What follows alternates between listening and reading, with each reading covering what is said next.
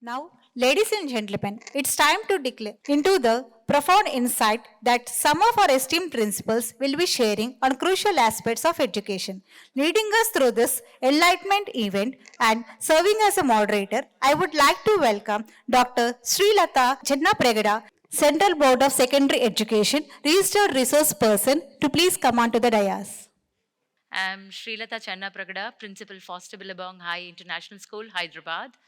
Alongside of being a principal, I actually explored my passion. I am a qualified dietitian. And also I have my own foundation called Chinmay Shri Foundation, where I do a lot of service programs. I am also a passionate Rotarian and ABCXYZ. So I really explore my passion.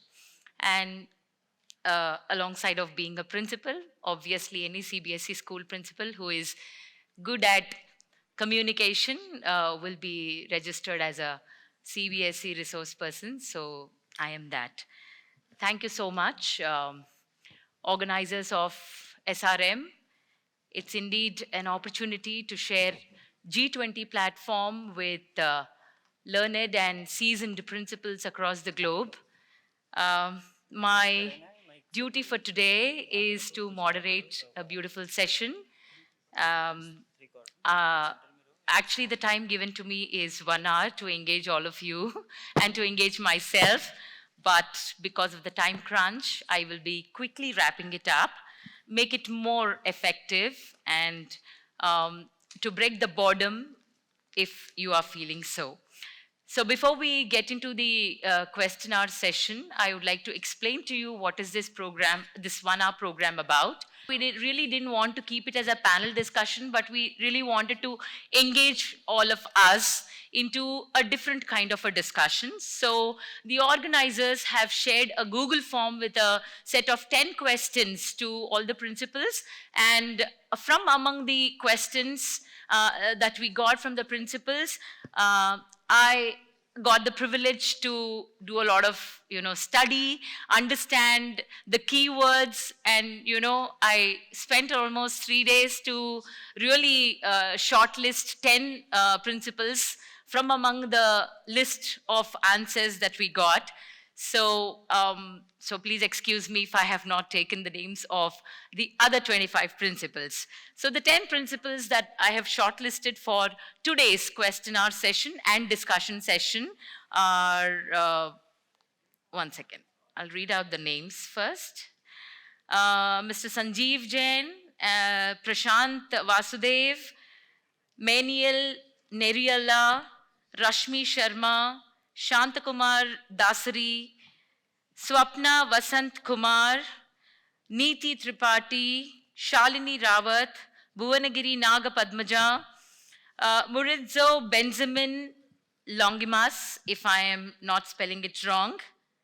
Yeah, these are the 10 shortlisted principles, one from each of the countries, so that there is a heterogeneous group of discussion. I take the privilege on behalf of SRM team to introduce these 10 principals who will be taking part in question hour and discussion session. I begin with introducing to you Dr. Prashant Yadav, Gulf Indian School, Kuwait. Dr. Prashant Vasudev currently serves as director and principal at Gulf Indian School, Kuwait. He is an alumni. He is an alumni of the prestigious Delhi School of Economics. An academician with more than 20 years of experience, he has effectively and efficiently spearheaded various Delhi public schools. He is the youngest recipient of Dr. Radhakrishnan Memorial National Teachers Award. He is also the youngest recipient of the Global Leaders Foundation Educational Excellence Award. He holds a DLit, Doctor of Letters, degree awarded by the University of South America. Dr. Vasudev is on the advisory board of the Cybercrime Awareness Panel of Delhi Police, the youngest serving principal to do so. This deserves a big round of applause, I guess. In a career spanning 20 years, he has taught business studies, accountancy, economics, marketing, and entrepreneurship across different schools in India and abroad. That was about Dr. Prashant Yadav. I move on to Ms. Swapna Vasant Kumar, Crescent English High School, Dubai, UAE. Ms. Swapna embarks. Can I see the participant for me to be more? Yeah, that is Swapna. Can Swapna is here. Dr. Prashant Yadav? Hi. Vasudev, sorry. Swapna Vasant Kumar, Crescent High School, English High School, Dubai, UAE.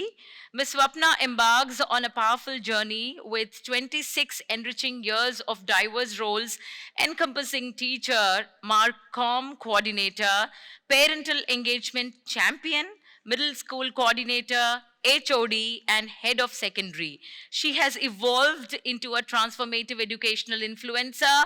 As an educator, she is deeply committed to fostering a community rooted in empathy and fortified moral values. She prioritizes bridge building over wall building to foster strong relationships with stakeholders and promote a dependable community.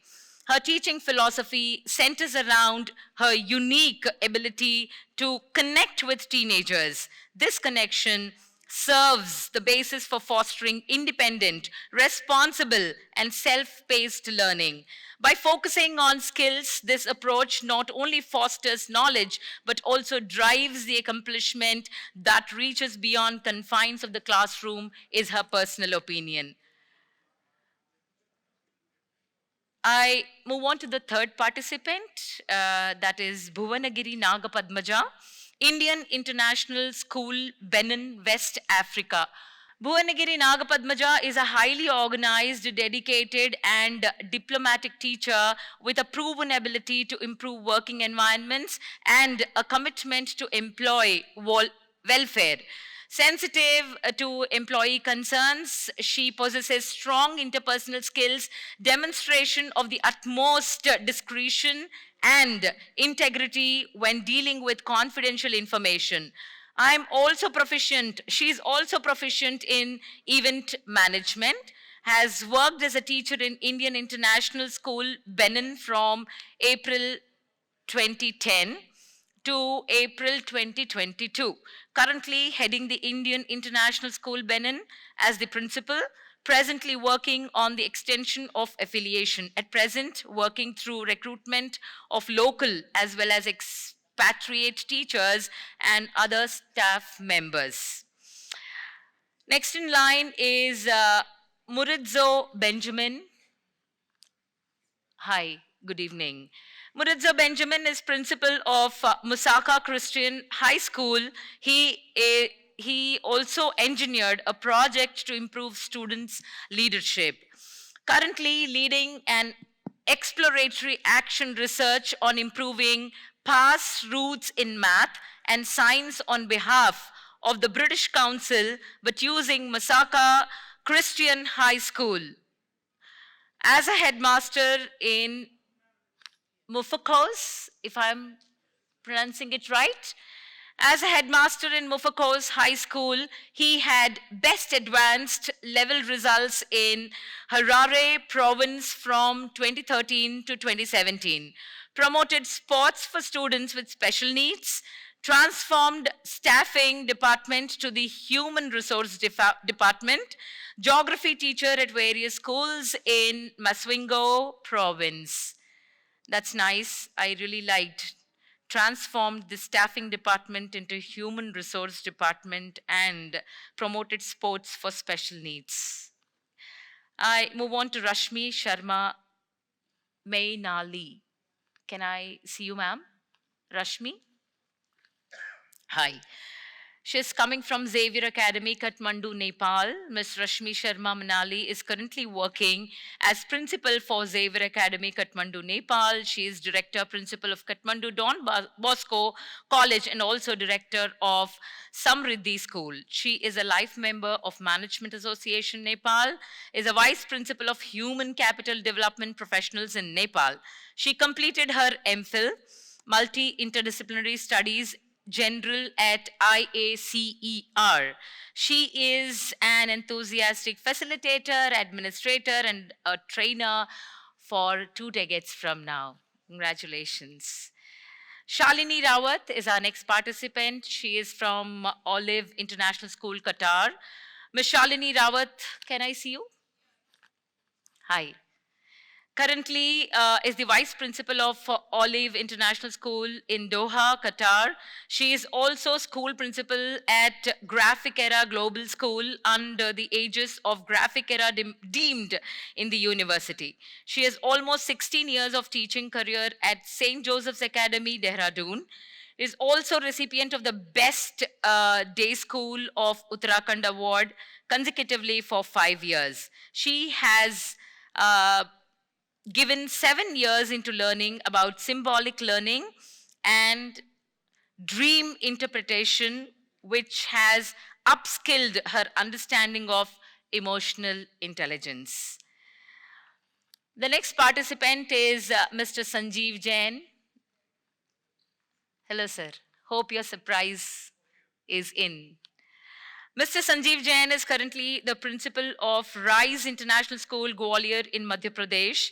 He is also vice chairperson of Sahodaya Samiti, leading 65 CBSE schools. That's like a wow. He has also been appointed as CBSE Observer, external and center superintendent for many times. He is running free coaching classes for girls,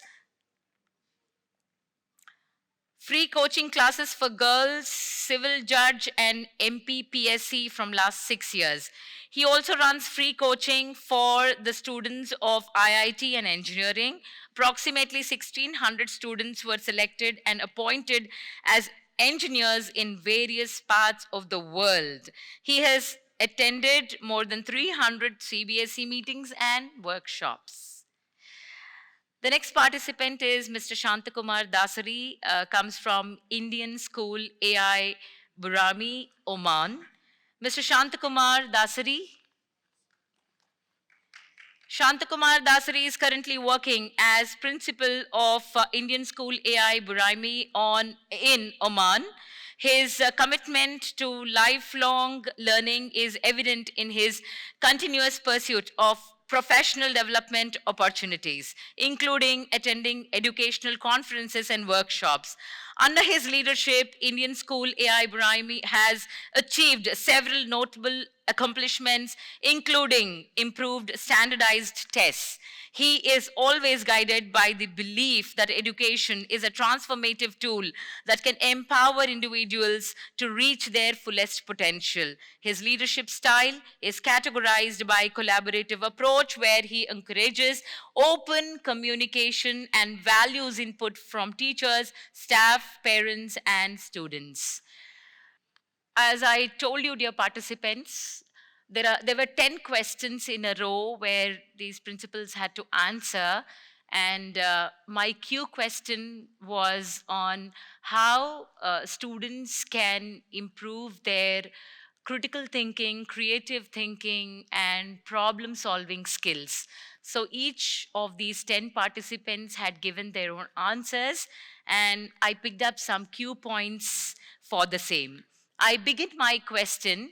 Before I begin my question, let me tell you there is no right or wrong answer for this. This is only opinion sharing and absolutely no judging on what the participants are sharing.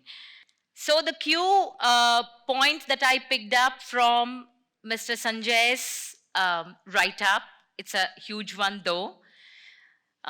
He says, story-based and free learning inside classrooms can enhance critical thinking, creative thinking, and problem-solving skills. Sanjay ji, my question for you is, stories contain various elements like characters, plot twists, and conflicts. How can analyzing these elements encourage individuals, oblique students, to think deeply and critically about underlying messages being conveyed? Ma'am, we can relate these kind of stories to the students' learning and teaching process. Suppose for the small kids, teachers are teaching their numerals, numbers, and different tables and alls.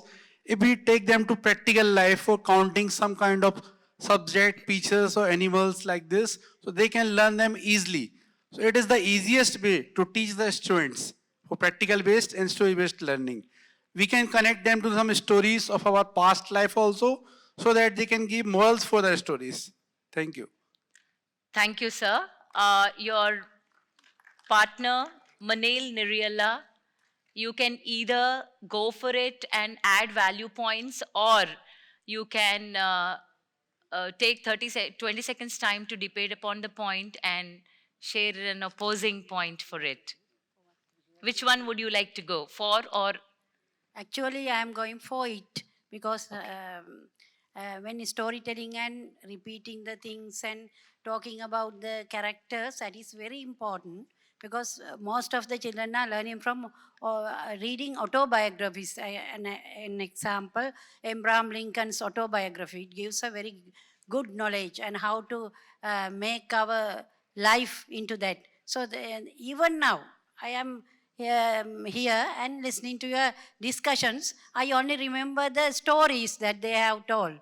The bird on a branch and like that. So we can remember them easily. After that, we can enhance our creative writing and all. So I think I am for him, not opposing actually. thank you, both of you. According to me, also, stories connect well with the real world issues.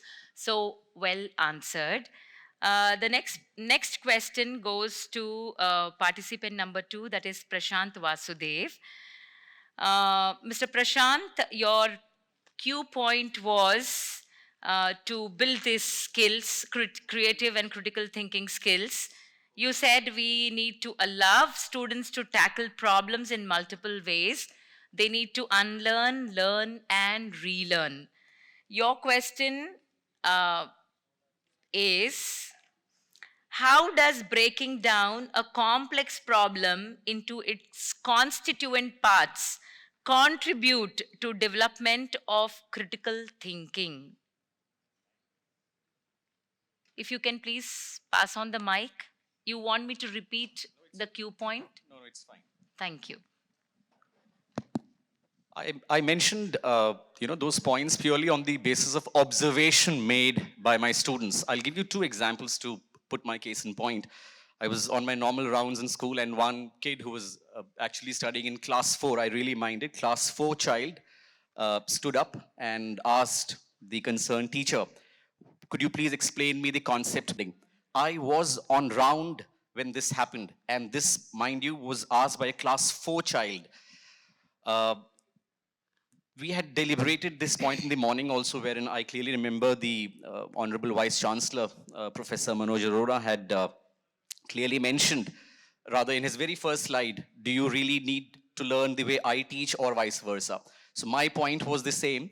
So what I'll tell you how the teacher dealt with it a little later, which was of course not satisfactory, because the educator actually replied by saying that this is actually relevant for you when you will enter class 6. So I'll explain this to you maybe 2 years later. That is how she gave this answer when this was asked by a class 4 educator.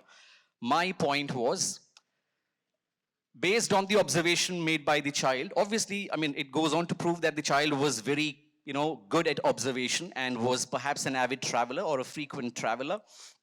The same child witnessed another phenomenon, the same child. So this happened when I decided to dig a little deep into it and then elongate the conversation with the child. The child happens to be from Kerala. So she had seen another phenomenon back in Kerala. This happened 3-4 years back when there was rain, that gave red droplets. And when she was on a visit to Austria, she saw the same phenomenon wherein it was pinkish in color. So she quickly told me before I could pitch in with the answer that she was looking for in terms of the aircraft, landing and coming down. I asked her, okay, so in your opinion, what is the color of the sky? The child told me that the sky is pink. My point is, this is based on the observation made by the child. And whatever she felt was happening in Kerala as well as Austria was indeed true. So she said, the sky is pink.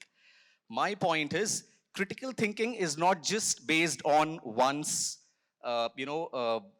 thing which we find in textbooks. It can be based on observation as well, which, if properly enunciated, can enhance many more skills, not just critical thinking as part of 21st century skills. So these are, some of the real life experiences which I felt comes in handy while dealing with students as well as educators. And I then quickly reached out to my educator and I told her that this is perhaps not the way that you should have told the child, that this is not there in class 4 syllabus, so this will be explained a couple of years down the line. So this, in my opinion, is what sums up the key points that I have mentioned. That's nice. And your pairing partner is number 5. Yeah, good evening. Shantakumar Dasari, do you have to support the statement or go against it and have your own perception? Ji, good evening, all of you. Actually, I have no other choice than go with him. Personally, what I believe is critical thinking and creativity can be learnt or keep in practice from every point of our life. Every moment that happens in our life, if you look into in a clear way, you learn something that is creative, you learn something that is critical. And at this moment, just I would like to ask all of you as a funny way, I have seen one question, a critical thinking developing question. Are white and black colors? Are white and black colors? Can you please say yes or no? Yes. Yes. Then why don't you call a black and white TV as color TV? So, Yeah, we seriously, can call. yeah, white and black are colors, then why don't we call black and white TV as color TV? That was the question given to the class, and you should see the responses from different children in different ways. So creativity is their answers actually, and the critical thinking is whether it is true or not. If something happens, when you are able to judge whether it is right or wrong, then you are critical. And if you derive something out of it, you are creative. That's what my opinion is. Well said, sir. Appreciate. Moving on, this cue taken from Manil Nirialla from Sri Lanka. She says creative thinking can be enhanced by giving a chance of freedom of imagination. Nirialla, where are you? Can I see you? Oh, yeah. So, your cue point was critical thinking and creative thinking and problem solving will enhance by giving students inside classrooms freedom of imagination. Correct? My question for you. My question for you is, how can unstructured time for imagination and daydreaming impact an individual's ability to think critically or creatively? Actually, thinking is a main thing in humans. And imaginations are what happens in our mind. It's a simple reaction in our mind activity. So when we are thinking, there are a lot of imaginations. But while we are, now you are asking me that in unstructured time, no? Yeah. Yeah. So I we said, are- how can unstructured time for imagination? Yeah, unstructured time for imagination. Imagination inside classrooms Inside boost classroom. critical So thinking. imagination, daydreaming, they are done by the children. We have seen. Sometimes there was a child in our school, a small child. He's coming to class and telling to his students, my father is having an elephant. And the students are listening. That is an imagination. And every day he's coming and telling, now he's very big, his trunk is so long and what he's eating and like that. So all the children are listening because one day his father came and one day he came and told the students that the elephant is dead now. And after a week, the father came and the class teacher asked, "Oh, there was a certain thing that your elephant was dead." And the father, "Which elephant?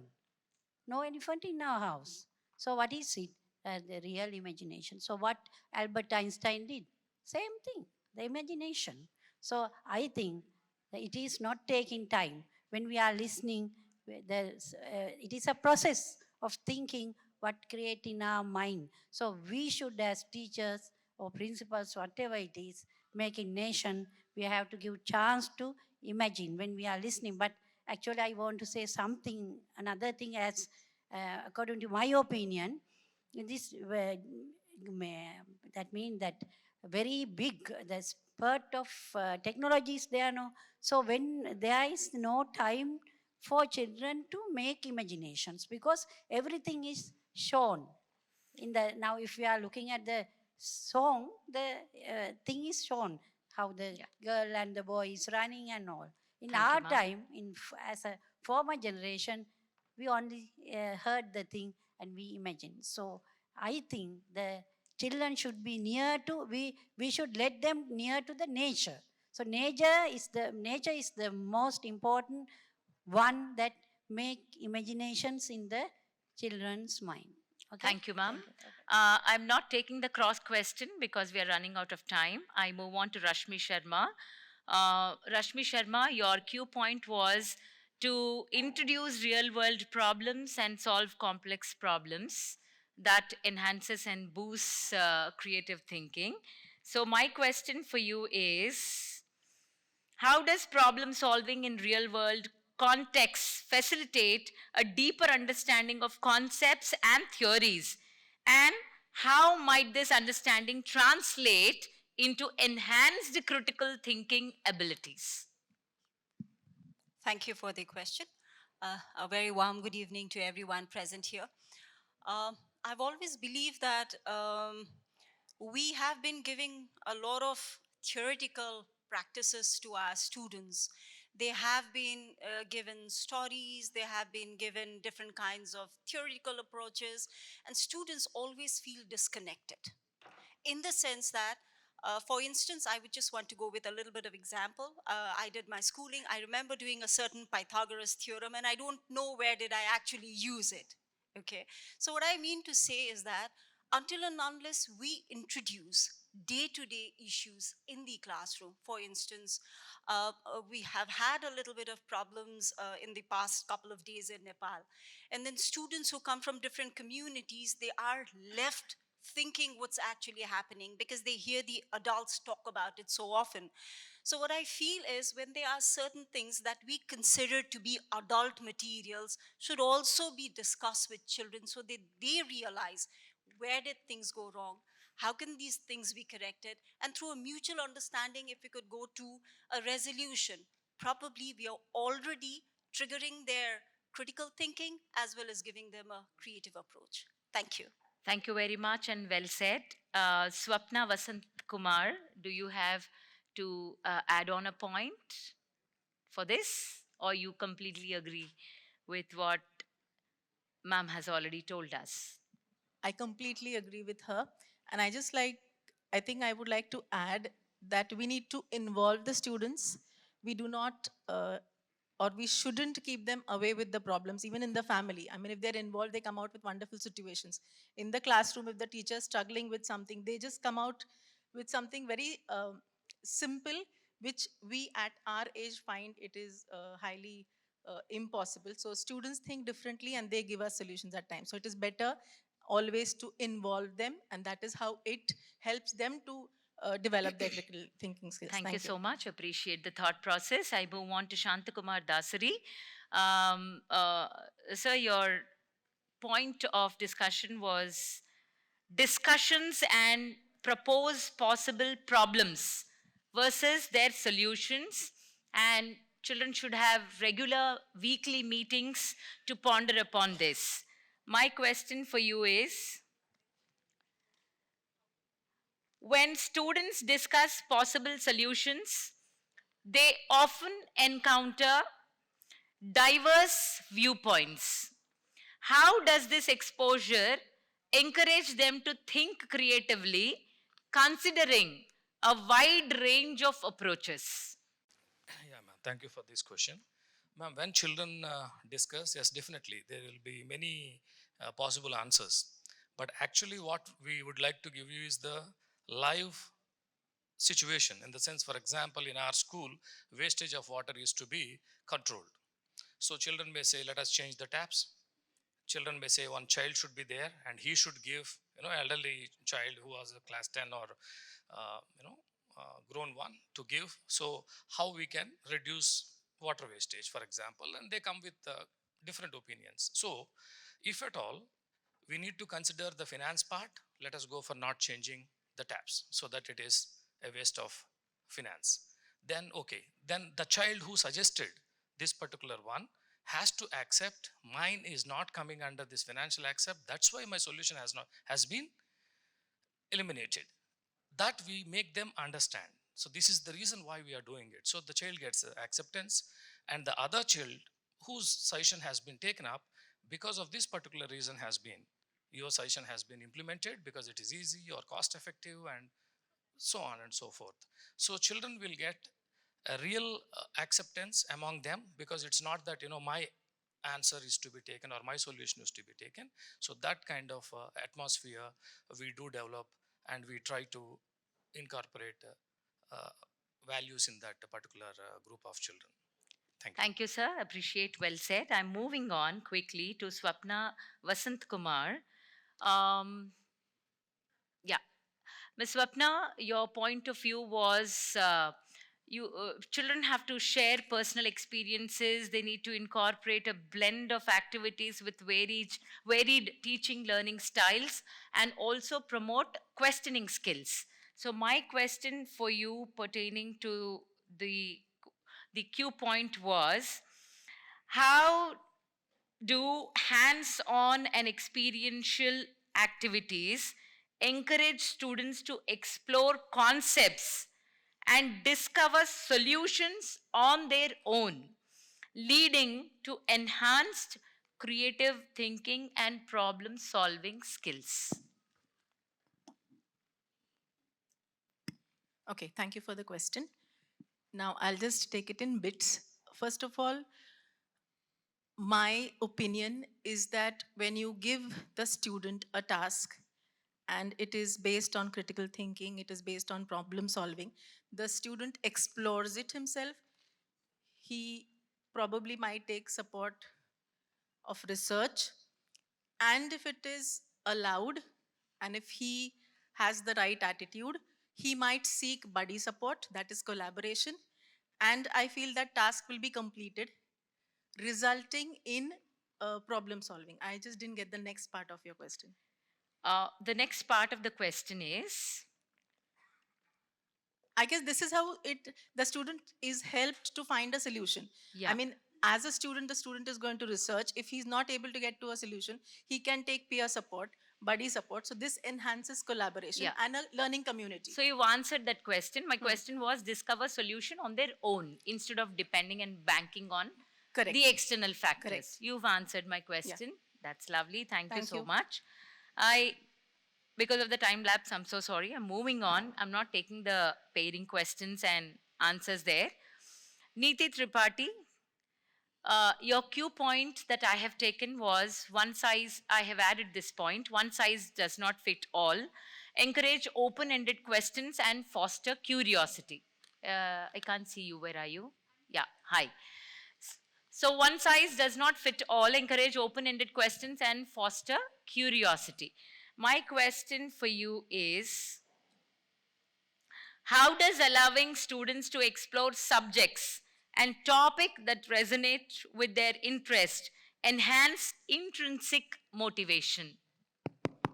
Many thanks for your question. See, it's a human nature, right? When we get to do something we are really interested in, we give our more than 100% effort.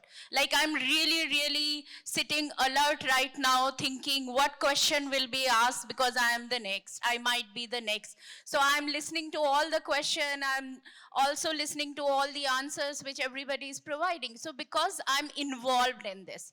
So when I'm involved in the process, I will give my 100% effort.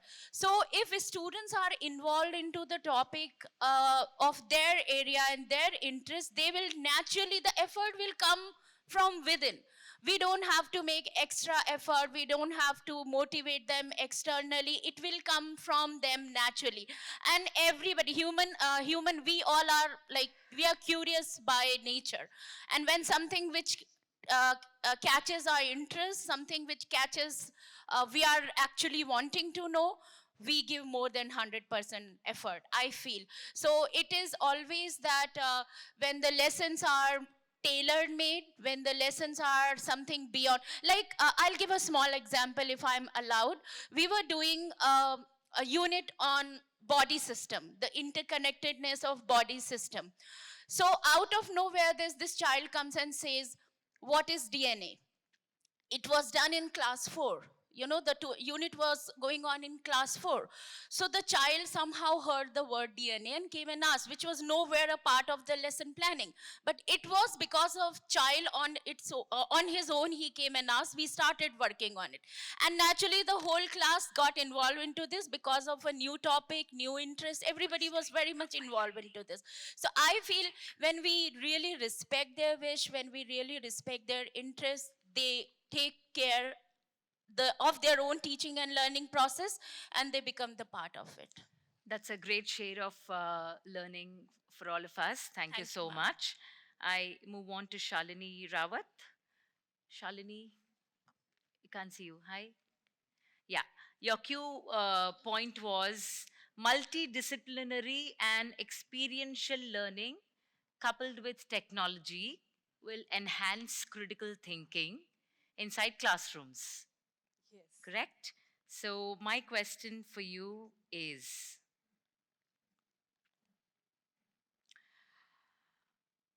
how do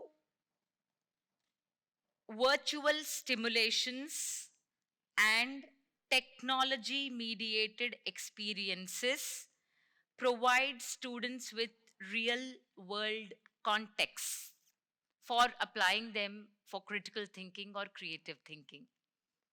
Yeah, that's a beautiful question. So, my insights on that would be when we talk of multidisciplinary, because I, as an educator, believe there are now reaching at that level, all of us would agree that nothing can be taught in isolation. And no subject can be taught in isolation. Everything is interconnected. There is an interconnectedness between the microcosm and the macrocosm. So interwovenly, whether we talk of the small atom or we talk of the universe or cosmos, or our body as a single unit or family as a single unit, and then we talk of multicultural approaches or diversity in our teaching when we spoke about inclusive education. So there is always an interconnectedness, and similarly it applies to virtual reality and also our real life connections. So when these days we all know Gen Z is so much stimulated towards that, and our life, so much time we are giving to our mobile phones and life, and the way it is taking over. So I feel that here, as edu leaders, it becomes a task for us to allow our students to discover that fine line, how to use it in a plus or in a minus. It has a lot of pluses because you can foresee many, in virtual reality, you will have many probabilities. Option A, option B, option C, what all, everything fails, what is there? In real life connection, there is that because VI will give us to the students, because the multi dimensions open. When a problem is given to them, the curiosity takes over. So we are not just thinking through our mind, all our senses we put all our senses into it. We are very much aware of the environment, the things moving around us, and our own memories, our own what concepts I'm having and beliefs. So all comes into function, and then I might give an option B, my colleague might give an option C. So, but VI, before it happens, you can foresee. So that real life problems can be tackled. You can analyze each and every option with good analysis, putting pluses and minuses to everything, wherein EQ comes into play. So the more we polish the EQ, IQ, we are all, we give so many years developing that IQ in our children. Right, the child is born, when even they don't even start talking, mother starts teaching, A says A, B says B. So, and it goes on till the university level or maybe even longer. But when it comes to EQ, how much time do we give the time to develop that EQ and develop that facility or that faculty to see beyond the facade? What exists beyond the mental level is where we have to think. Absolutely. So I Yeah. hope it's... Yeah, thanks Thank a ton. It was clear, all dots joined. Since again, we just have two more participants to answer their Q questions. Sir is already ready. No, the number 9 will be Bhuvanagiri Naga Padmaja. So you want to take a, Yeah, a I take, was. you Yeah, want to add on to the point. Yeah, please go ahead. yeah. I just want to say that multidisciplinary education is the mother of technology, and technology is both the father and the mother of technology. So there is no way you can get into technology without introducing or without entertaining a multidisciplinary approach in the way we teach, so that we encourage this critical thinking among our learners. I also want to conclude by saying everything that we teach, you can look at it from a multidisciplinary approach. For example, a science teacher will talk about heat transfer. A geography teacher will talk about heat transfer. A marriage officer may also talk about heat transfer. That's multidisciplinary, and that gets to critical thinking. Thank you very much. When I talk, I know you all listen because I'm the only one from Africa. Hallelujah. Amen. Yeah, so you will have to wait for 30 more seconds for me to answer the question, and then you're not going to hit me, I guess. I move on to the next question to Bhuvanagiri Naga Padmaja from West Africa. Hi, where are you? So your Q point was art, integrated learning, public speaking, and Vedic math. Introduction of all these three components in a classroom enhances critical and creative thinking and also problem solving skill.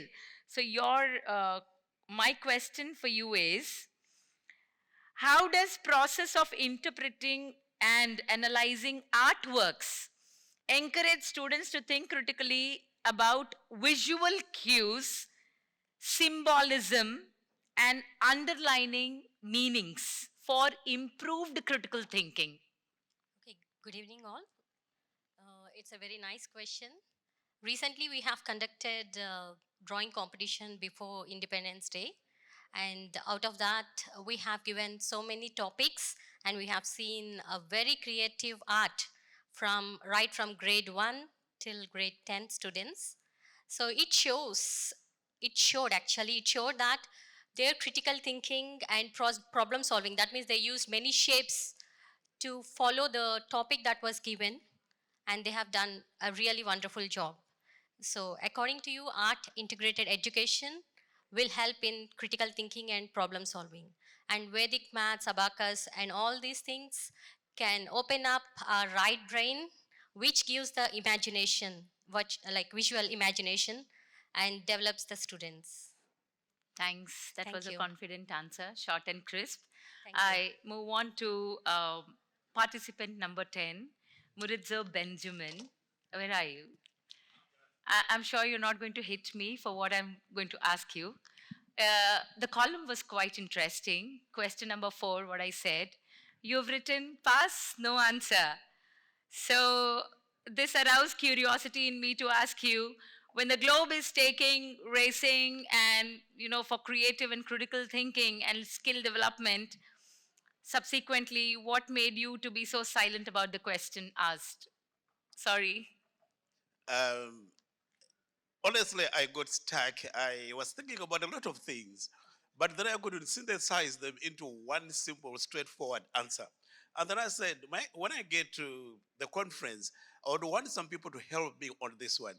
I really got stuck. I got blank. Ladies and gentlemen, this is what happened to me. So I'm expecting you, lady, standing in front of me now, to give me some detail on this one. Over to you, madam. Thanks a ton, and I'm so sorry. But looking at the blank space, my perception was, my comprehension was, with the growing technology versus need of skilled youth, it's difficult to stick to a couple of skill building activities. So the globe is open for every stage is open for skill development. So when I looked at that blank stage, I could probably read your underlying statement, and probably that's your answer. Thanks a ton, dear audience. I think I could, jot down a couple of important questions. I think we should keep meeting again and again and discuss about larger problems and simple solutions. But before leaving, I leave the audience with two open-ended questions that I already have on my mind.